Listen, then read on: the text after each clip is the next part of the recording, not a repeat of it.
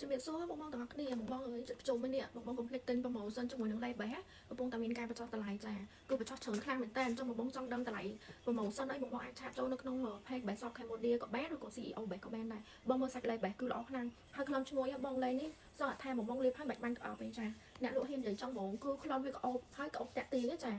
នេះសម្រាប់បងស្រីៗតានេះថាលេបហើយស្បែកឡងទុំចានេះមានសំណើមតែម្ដងបងនេះហើយលេបមិនដងបញ្ចូលទេណានេះគឺជាប្រភេទលេបសតលេបចំស្បែកជួយឲ្យស្បែកយើងសភ្លឺខ្លាំងចេញពីខាងក្នុងហើយជួយកម្ចាត់ជាមួយនឹងស្នាមខ្មៅចាសង្វាស្បែកបងមានសង្វាដោយសារឡើងគីឡូសង្វាសារកុំខ្ចីអីហ្នឹងចាបងលេបទៅគឺល្អខ្លាំងមែនតើនេះមានស្នាមហ្មងខាងនេះយើងស្ងួតចាល្អខ្លាំងហើយបងនេះចាល្អខ្លាំងមែនតើលេងនេះហើយលេបហើយគឺចង់លេបទៀតតែម្ដងចាចាំបងប្រើលេងនេះបើថាចង់សលឿនអីតបងឃ្លុំដោយសារលេងនេះវាអត់មានចិត្តកាត់ឬក៏អីដែលប៉ះពាល់ដល់ស្បែកបងហើយធ្វើឲ្យសលឿនទេគឺជាប្រភេទលេងចំស្បែកលេសតចាវាជួយសដែរតែសបែបធម្មជាតិសសំប៉ុន្តែសំខាន់វាជួយស្បែកបងនឹងសស្មើហើយមាត់ភ្លឺរលោងចាអ្នកបងឃើញទេ